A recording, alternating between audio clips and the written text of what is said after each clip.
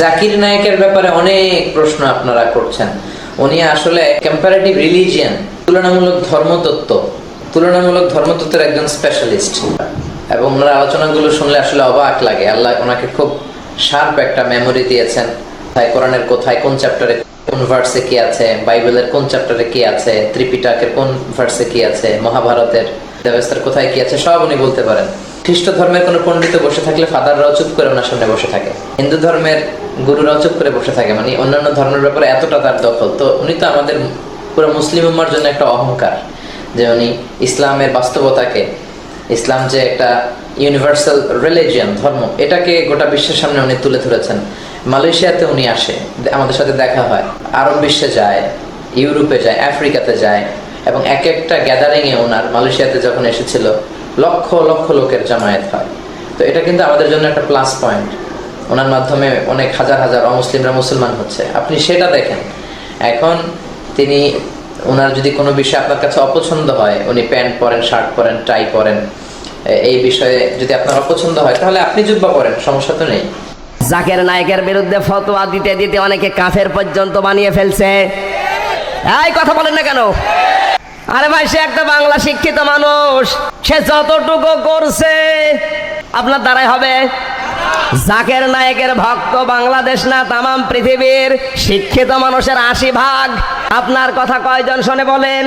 আজ অনেক আলেম পর্যন্ত এমন বিষাদগার করছে, কোন মানুষ যদি কাফের না হয়, তাকে যদি কেউ কাফের বলে, আপনি যতদিন পর্যন্ত কুফরি না করবেন ততদিন আপনার মরণ হবে না। শার্ট প্যান্ট পরে, এই জন্য যদি লোকটা কাফের হয়, বাংলাদেশের রাষ্ট্রপ্রধান যিনি এখন দায়িত্বে আছেন, রাষ্ট্রপতি অ্যাডভোকেট আব্দুল হক, ও কাফের হবে? এই কথা বলছেন না কেন?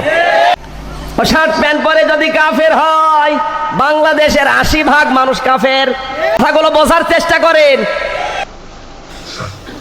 মক্কা, মদিনা সহ অন্যান্য আরব দেশগুলো ডক্টর জাকির নায়েকের গুণগান গাচ্ছে এবং বিভিন্ন ধরনের পুরস্কার দিয়েছেন। কিন্তু আমাদের দেশের কিছু হুজুররা বলেন ডক্টর জাকির নায়েক টাই পরে তাকে ইহুদিদের দালাল বলছে। এটা কি ঠিক? এই প্রশ্ন অনেক ওল্ড, এটা আপডেট প্রশ্ন না। কারণ হলো আমাদের দেশের হুজুরদেরও ম্যাক্সিমাম এখন ডক্টর জাকির নায়েককে সমর্থন করে। প্রথম একটু অনেক আলেমোলামারা একটু শক্ত করে বলছেন, কিন্তু সম্প্রতি আমাদের দেশে আলেমোলামারাও জাকির নায়েকের প্রশংসা করছেন, কারণ তিনি অমুসলিমদের মধ্যে ইসলামের সৌন্দর্যগুলোকে চমৎকারভাবে তুলে ধরছেন। বাকি তিনি মানুষ, তিনি কোনো ফেরেশতা না। আমাদের যেরকম ভুল হইতে পারে, তারও এরকম ভুল হইতে পারে। হুজুর, ডাক্তার জাকির নায়েক এর বক্তব্য কতটা গ্রহণযোগ্য? ডক্টর জাকির নায়েক হাফিজাহুল্লাহ, আমরা তার জন্য দোয়া করি। তিনি মানে ধর্মতত্ত্বের উপর অসাধারণ খিদমত করেছেন। ধর্মতত্ত্বের উপর, অর্থাৎ ইসলাম ধর্ম অন্যান্য ধর্মের চেয়ে শ্রেষ্ঠ কোন জায়গা, এটার উপর অবিস্মরণীয় খিদমত করে। তাকে নিয়েও আমাদের মধ্যে বাড়াবাড়ি ছাড়াছাড়ি দুইটা আছে। কেউ কেউ ঢালাভাবে তার বিরোধিতা করে, এটা ঠিক না। তার যতটুকু আছে এতটুকু স্বীকার করতে হবে। বাকি তিনি আগে ফিকহ ফতোয়া নিয়ে কথা বলতেন, আকীদার বিভিন্ন বিষয় নিয়ে কথা বলতেন, ফিকহ ফতোয়ার ক্ষেত্রে বিভিন্ন সুজুজাত এগুলা বলতেন, বিভিন্ন সুজুজাত উলামায়ে কেরাম বলবেন, বুঝবেন। কিন্তু আলহামদুলিল্লাহ ডক্টর জাকির নায়েক হাফিজাহুল্লাহ, তার 3-4 বছর আগে একটা লেকচার শুনেছি যে তিনি পৃথিবীর কয়েকজন আলেমকে ফলো করেন।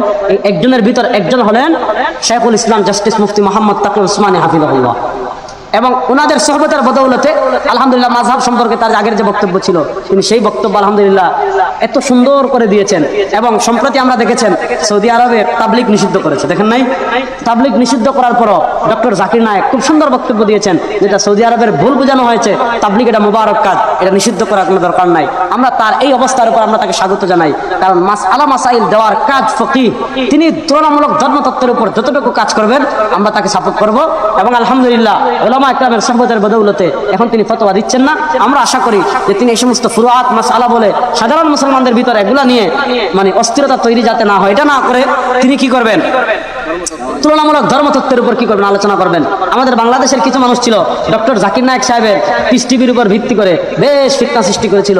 আগে ডক্টর জাকির নায়েক হাফিজাহুল্লাহর কথা তাদের কাছে দলিল দলিল দলিল, এখন যখনই তিনি মাযহাবের পক্ষ বলা শুরু করেছেন, এখন আর মানে নায়েক এর বিরোধিতা করে, এগুলির কথা কইয়ে লাভ নেই।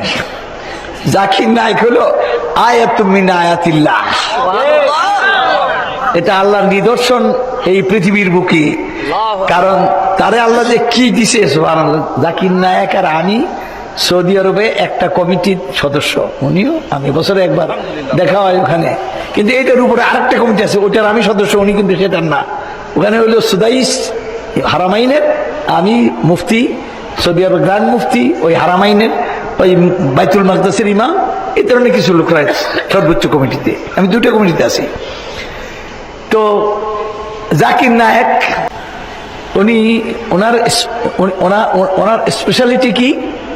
মুকারানাতুল আদিয়ান। মুকারানাতুল আদিয়ান ইংরেজিতে বলে কম্পারেটিভ রিলিজিয়ন, মানে ধর্মের তুলনামূলক স্টাডি। এই ক্ষেত্রে তার জুড়ি নাই বর্তমান পৃথিবীতে। এবং তিনি যখন হিন্দু ধর্মের রেফারেন্স দেন, হিন্দুরা হা করেছে, কেউ লুকিয়ে যারা জানেই না উনি রেফারেন্স দিচ্ছেন তার কত নম্বর শ্লোকে, কোন কিতাবে, কখন বলে দিচ্ছেন। আর পণ্ডিতেরা ওনার কাছে বুঝাতে গেছে উপ করে, মনে হয় এরা প্রাইমারি ছাত্র। কিন্তু দেখেন না আপনারা টেলিভিশন, উনি যখন তওরাত থেকে রেফারেন্স দেন, ইনজিল থেকে দেন, একটা থেকে একটা দেন, আমি অবাক হই যে আল্লাহর খাস একটা তার অনুদান তার প্রতি। উনি কিন্তু হালাল হারামের ইমাম না, আমরা যখন ফেকার ইমাম আলেম, উনি সেটা না, উনি হলেন মুকারানাতুল আদিয়ানের, ওনার এটা স্পেশালাইজড। আলহামদুলিল্লাহ। কোরআন এবং সহিহ হাদিসের প্রচারের একটি বড় মাধ্যম পিস টিভি বাংলা, বাঙালিদের জন্য। ডাক্তার জাকির নায়েক কোনো মতামতের আশ্রয় নিয়ে, কোনো ব্যক্তির আশ্রয় দিয়ে দিন প্রচার করেন, এটা আমরা বিশ্বাস করি না।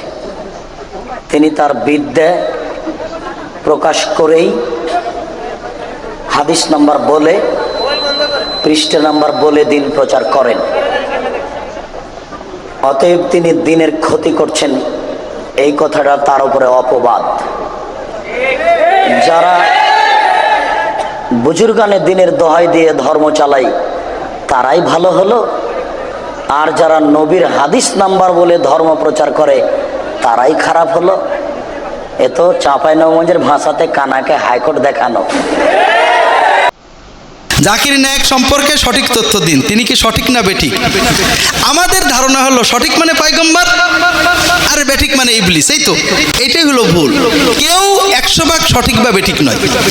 ডাক্তার জাকির নায়েক দিনের ভালো দায়ী, আমরা তাকে মহব্বত করি। তিনি বিভিন্ন ধর্মের তুলনায় খুব ভালো কথা বলেন, সহি কথা বলেন, দিনের আম কথা, তাওহীদ সুন্নতে ভালো কথা বলেন। তবে তিনি ফেকার আলোচনা না করলে ভালো করতেন। তিনি এই যে ফেকি মসলা, উনি শাফেঈ মাযহাবের মানুষ, ওনার বাপ দাদা 14 গোষ্ঠী শাফেঈ। উনি মসলার কথা এবং সৌদি আলেমদের অনুসরণ করেন, তারা হাম্বলি। এতে মসলা বলেন যখন উনি উনার কায়দায় বলেন, আমাদের দেশের সাথে মেলে না। কিন্তু উনার তাওহীদ সুন্নত, দিনের আল্লাহর হক বান্দার হক, বিভিন্ন ধর্মের তুলনামূলক কথাগুলো ভালো। আর ফিকহি মসলায় যেগুলো বলেন, আমরা অনেক কিছুর সাথেই একমত না, আমরা মনে করি উনার মসলাটা ভুল। কিন্তু উনার ফিকহি দু একটা মসলায় মতবিরোধের কারণে উনার এই হাজার হাজার নেক আমল বাতিল হয় না। আমরা এখন আমাদের তো বলেছি, আমাদের মানদণ্ড তো আল্লাহ আল্লাহ রসুল না, আমাদের মানদণ্ড আমাদের মাযহাব। উনি যেহেতু আমাদের মাযহাবের বাইরে বলেন, কেন উনি ভালো না? এই মানদণ্ড নিয়ে আল্লাহর কাছে কি হবে আমার বড় কষ্ট লাগে। দ্বিতীয় কথা হলো, আমরা যে জাকির নায়েকের বিরুদ্ধে বলি, মাশাআল্লাহ তাবারাকাল্লাহ, আমাদের বড় বড় হাস্তি আল্লামা উলামায়ে কেরাম জাকির নায়েকের বিরুদ্ধে হাই ফাই মাহফিল করেন, বিশাল বিশাল 6 ঘন্টা মাহফিল ওয়াজ হয় শুধু জাকির নায়েকের আহলে হাদিসের বিরুদ্ধে। কিন্তু সেখানে নাস্তিকতার বিরুদ্ধে, ধর্মান্তরের বিরুদ্ধে, শিরিকের বিরুদ্ধে, কবর পূজার বিরুদ্ধে, সুদ ঘুষের বিরুদ্ধে একটাও কথা হয় না। মাহফিলটা কেমন হলো? খুবই ভালো। তো এই যে উলামায়ে কেরাম জাকির নায়েকের বিরুদ্ধে বলছেন, আলহামদুলিল্লাহ, এতে আল্লাহ তাআলা কতটুকু খুশি আমি জানি না, শয়তান কতটুকু খুশি তাও জানি না। তবে আমরা ময়দানে কাজ করে দেখেছি, খ্রিস্টান ধর্ম যারা প্রচার করেন, হুজুররা জাকির নায়েকের বিরুদ্ধে বলাতে তারা মহা খুশি। কারণ জাকির নায়েকের লেকচার যারা শোনে, তারা আর খ্রিস্টান হয় না। এই জন্য তারা বলে, দেখো না জাকির নায়েক মিশা কথা কয়, হুজুররা বলেছে। আল্লাহ তাআলা সবাইকে তৌফিক দান করুন, আমিন।